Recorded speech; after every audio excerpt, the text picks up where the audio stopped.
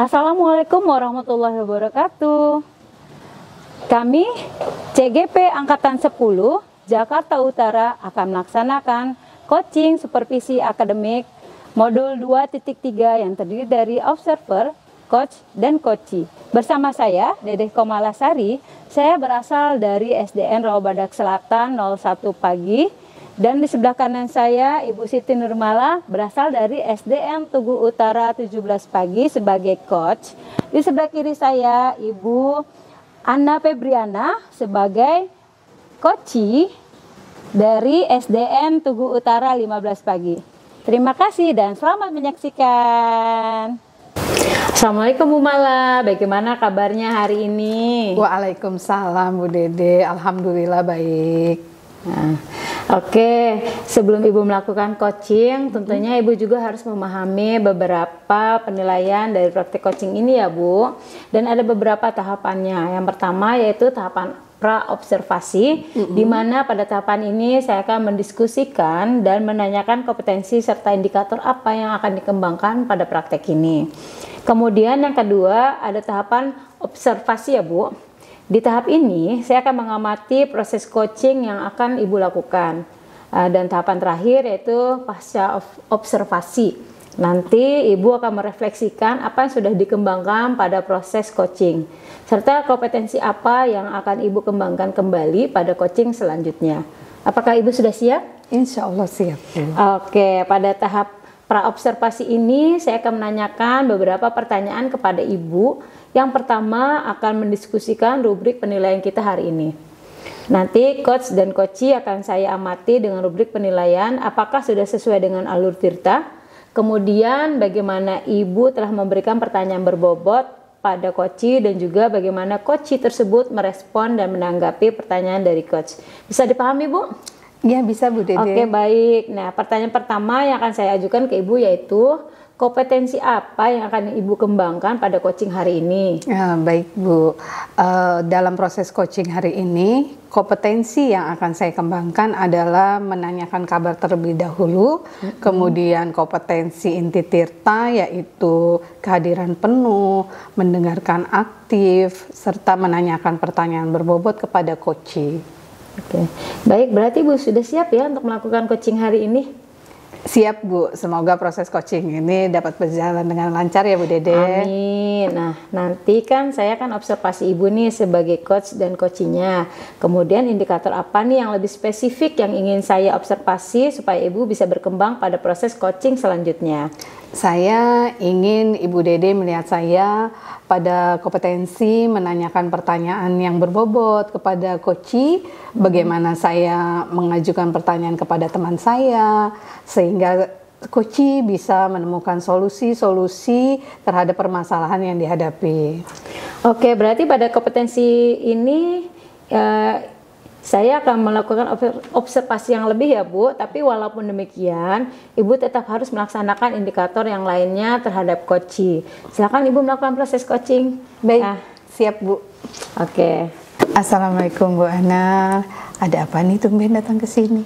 Iya nih Bu Mala, sebenarnya saya ada yang ingin diceritakan, tapi kira-kira Bu Mala punya waktu nggak sekarang?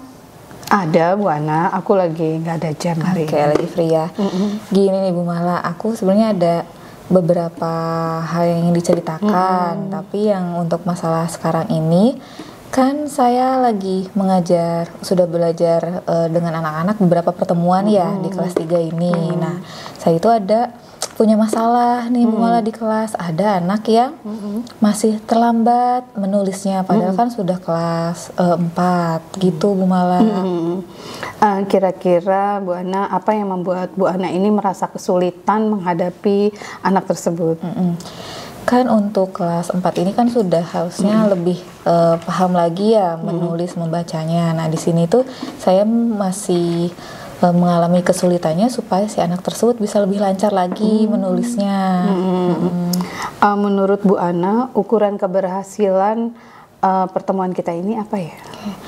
Saya sih berharapnya dengan cerita-cerita ke Bu Mala nanti dapat solusi supaya anak tersebut minimal lebih lancar lagi untuk menulis seperti itu. Baik Bu Ana.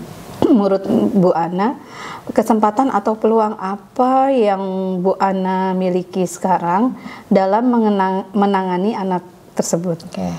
Kesempatan itu menurut saya sih saya bisa berkomunikasi langsung karena kan saya sebagai guru kelasnya jadi bisa memantau selama pembelajaran dan melihat perkembangan anak tersebut. Menurut Bu Ana, dari skala 1 sampai 10, Bu Ana di posisi keberapa untuk dapat menyelesaikan permasalahan anak lambat menulis ini? Kalau menurut saya sih saya masih mungkin di posisi 5 ya Bu, di tengah-tengah lah seperti itu. Kira-kira apa sih yang membuat Bu Ana menilai diri Bu Ana di posisi 5?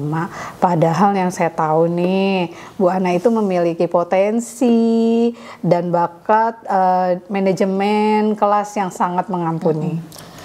Karena masih banyak yang perlu saya pelajari ya Bu Malaya. Jadi saya masih menilai di posisi 5 ini. Jadi belum begitu banyak yang masih perlu yang dikembangkan seperti itu. Gitu ya. Lalu apa kekuatan dari Bu Ana memiliki untuk mencapai tujuan ini dalam menghadapi masalah anak tersebut? Kekuatannya tadi yang menurut saya sih bisa berkomunikasi langsung dengan si siswanya, jadi saya bisa menilai perkembangannya, terus mencari penyebabnya seperti itu. Gitu. Dalam kasus ini, adakah hambatan yang Ibu Ana hadapi?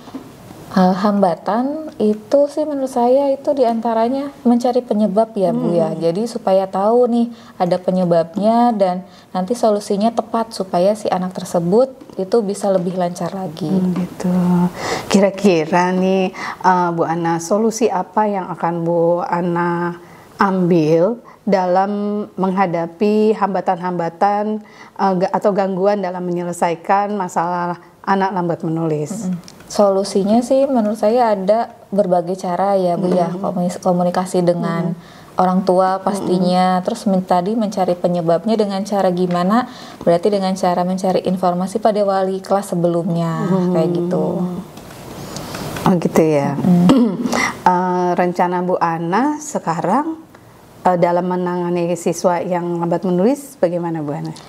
Sebenarnya saya sudah berpikir juga ada beberapa rencana yang sudah saya pikirkan, yaitu tadi mencari informasi ke wali kelas sebelumnya, perkembangannya seperti apa, kenapa anak tersebut bisa lamban untuk menulis dan membacanya, terus berkomunikasi dengan orang tua kan pasti lebih paham lagi tentang anaknya, secara pemanggilan verbal terlebih dahulu, baru kalau misalnya ada kendala baru home visit, gitu. Dan mungkin bisa mengajak kerjasama antar teman sekelasnya supaya bisa menyemangati si anak tersebut.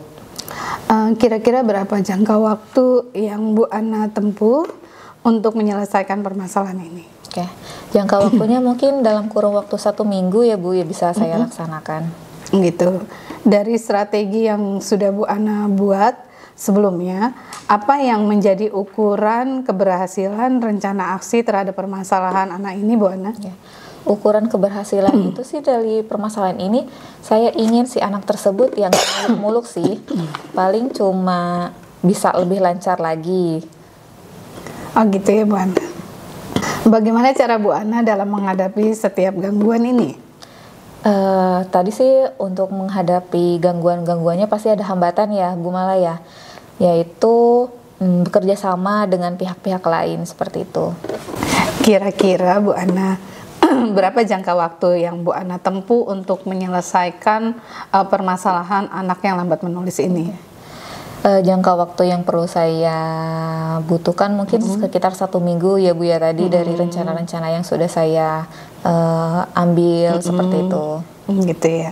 Dari strategi yang Bu Ana sudah buat sebelumnya, apa yang menjadi ukuran keberhasilan rencana aksi terhadap permasalahan anak lambat menulis ini Bu Ana? Keberhasilan itu menurut saya minimal si anak tersebut bisa lebih lancar lagi, bisa lebih cepat lagi menulisnya supaya tidak mengganggu yang siswa-siswa lain juga di kelasnya, bisa setara lah seperti itu. Gitu ya.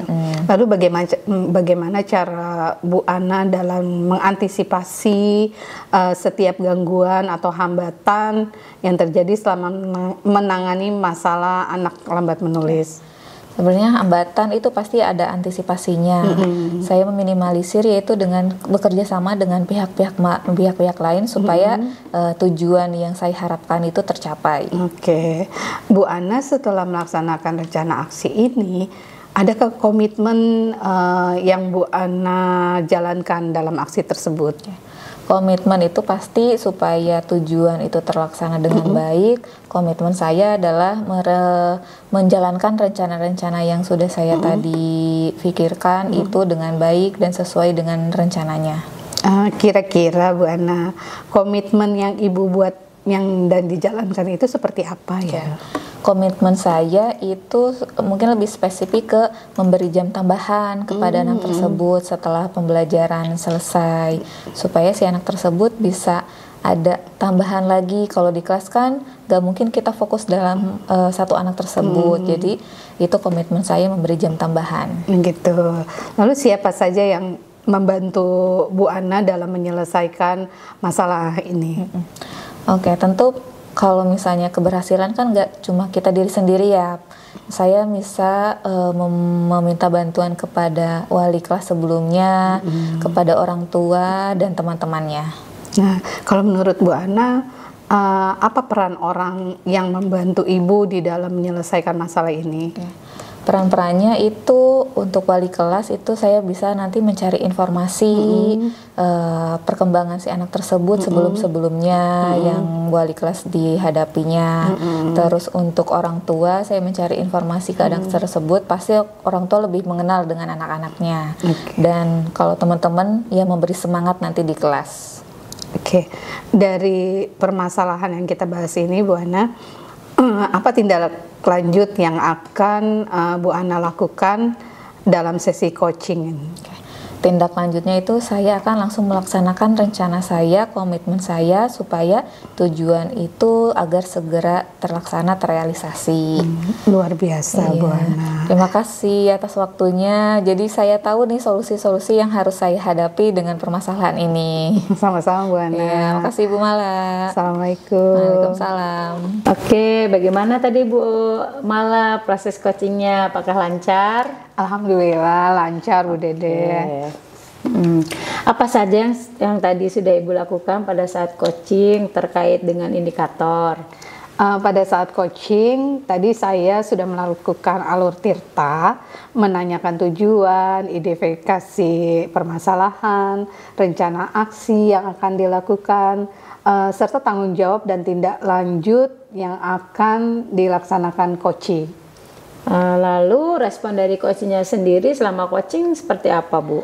Coaching menjawab dengan terbuka dari semua pertanyaan yang saya ajukan, menceritakan semua masalah yang dihadapi, menyampaikan semua masalah dan mendapatkan solusi-solusi yang akan dilaksanakan agar terselesaikan masalahnya coaching.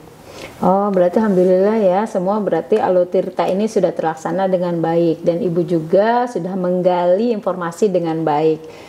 Dan coaching tadi sudah sesuai kok dengan prinsip dari coaching sendiri. Iya Bu, alhamdulillah sudah sesuai dan berjalan lancar. Pertanyaan terakhir dari saya sebelum proses observasi ini diakhiri, kompetensi apa yang akan Ibu kembangkan lagi berdasarkan hasil coaching yang tadi sudah dilakukan? Kompetensi yang ingin saya kembangkan lagi adalah menemukan kata kunci informasi dari coaching sehingga saya dapat menggali lebih dalam lagi agar coaching dapat menemukan solusi atau jalan keluar yang harus dia cari dalam menyelesaikan masalahnya. Oke, semoga kedepannya kita bisa melakukan coaching lebih baik lagi sesuai dengan kompetensi yang ingin kita kembangkan. Demikian observasi kita hari ini ya Bu, semoga bermanfaat buat kita semua. Ya Bu. Terima kasih. Terima